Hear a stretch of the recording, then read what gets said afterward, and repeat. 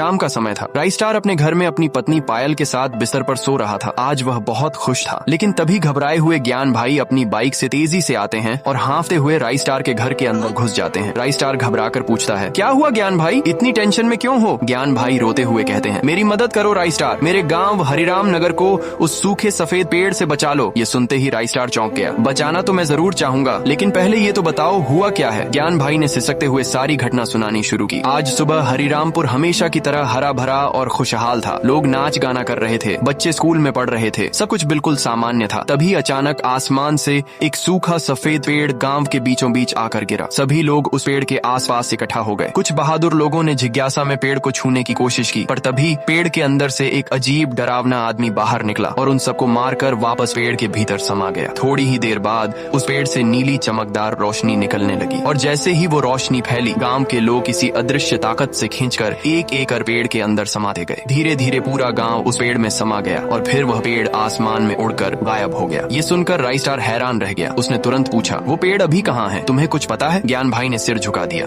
नहीं। इतने में ही राई स्टार ने खिड़की से बाहर देखा। बाहर बहुत सारे लोग इकट्ठा थे और सब एक ही समस्या लेकर आए थे, सूखा सफेद पेड़। पूछताछ करने पर पता चला कि वह पेड़ अब गांव गांव घूमकर लोगों को मार रहा है और जिन्हें नहीं मार पाता उन्हें कैद करके अपने साथ ले जा रहा है। यह सुनकर राई स्टार सोच में पड़ गया। कुछ पल बाद उसके दिमाग में एक ही नाम आया, मिस्टर पुष्पा, वही लकड़हारा जो पास के गांव में रहता था और पेड़ों को काटने का काम करता था। राई स्टार ने गांव वालों को अपने घर लौट जाने को कहा और खुद ज्ञान भाई की बाइक लेकर पुष्पा से मिलने निकल पड़ा। जब वह वहां पहुंचा तो चारों तरफ सिर्फ लाशें ही लाशें बिखरी थीं और उन लाशों के बीच अकेले बैठे पुष्पा जोर जोर से रो रहे थे। राई स्टार ने घबरा कर पूछा, क्या हुआ पुष्पा, ये सब कैसे हुआ? कहीं वो सफेद पेड़ यहाँ भी तो नहीं आया था? पुष्पा ने सिर पकड़कर कहा, ये सब मेरी गलती है। अगर मैं उस दिन जंगल में न गया होता तो ये सब न होता। राई स्टार ने तुरंत सवाल किया, कौन सा जंगल, साफ साफ बताओ। पुष्पा कांपती आवाज में बताने लगे, कुछ दिन पहले की बात है, सुबह का समय था। मैं और मेरे साथी लोग मजाक मस्ती कर रहे थे। तभी अचानक एक चमचमाती लैम्बोर्गिनी आकर हमारे पास रुकी। उसमें से उतरा एक गोल्डन क्रिमिनल, पूरा शरीर सोने जैसा चमक रहा था। उसने मुस्कुराते हुए कहा, मेरे दोस्त पुष्पा, मुझे तुमसे एक काम चाहिए। मैंने पूछा, कौन सा काम? उसने कहा, हमारे गाँव सहरु नगर में एक जंगल है। पहले वो हरा भरा था लेकिन अब सूख चुका है। मैं चाहता हूँ कि तुम अपने साथियों के साथ जाकर उस पूरे जंगल के सारे पेड़ काट डालो। उसने मुझे ढेर सारा पैसा दिया और अपनी गाड़ी में बैठकर चला गया। उसके जाते ही मैं और मेरे साथी तैयार हो गए। गाड़ियां लेकर हम सहरु नगर पहुंचे और पेड़ काटना शुरू कर दिया। धीरे धीरे हमने पूरा जंगल काट दिया, लेकिन एक पेड़ कट ही नहीं रहा था, वही सूखा सफेद पेड़। आखिर हमने सोचा कि कल सुबह आकर इसे काटेंगे और वापस घर लौट गए। रात होते ही अचानक वही सफेद पेड़ आसमान से गिरा और मेरे सभी साथियों को एक एक कर मारने लगा। मैं किसी तरह छिप गया, इसलिए बच गया, लेकिन सब मर गए। पुष्पा की बात सुनकर राई स्टार समझ गया कि वह पेड़ कहां से आया, लेकिन उसके मन में अभी भी यह सवाल बाकी था, वह पेड़ लोगों को कैद क्यों कर रहा है और उन्हें लेकर कहां जा रहा है।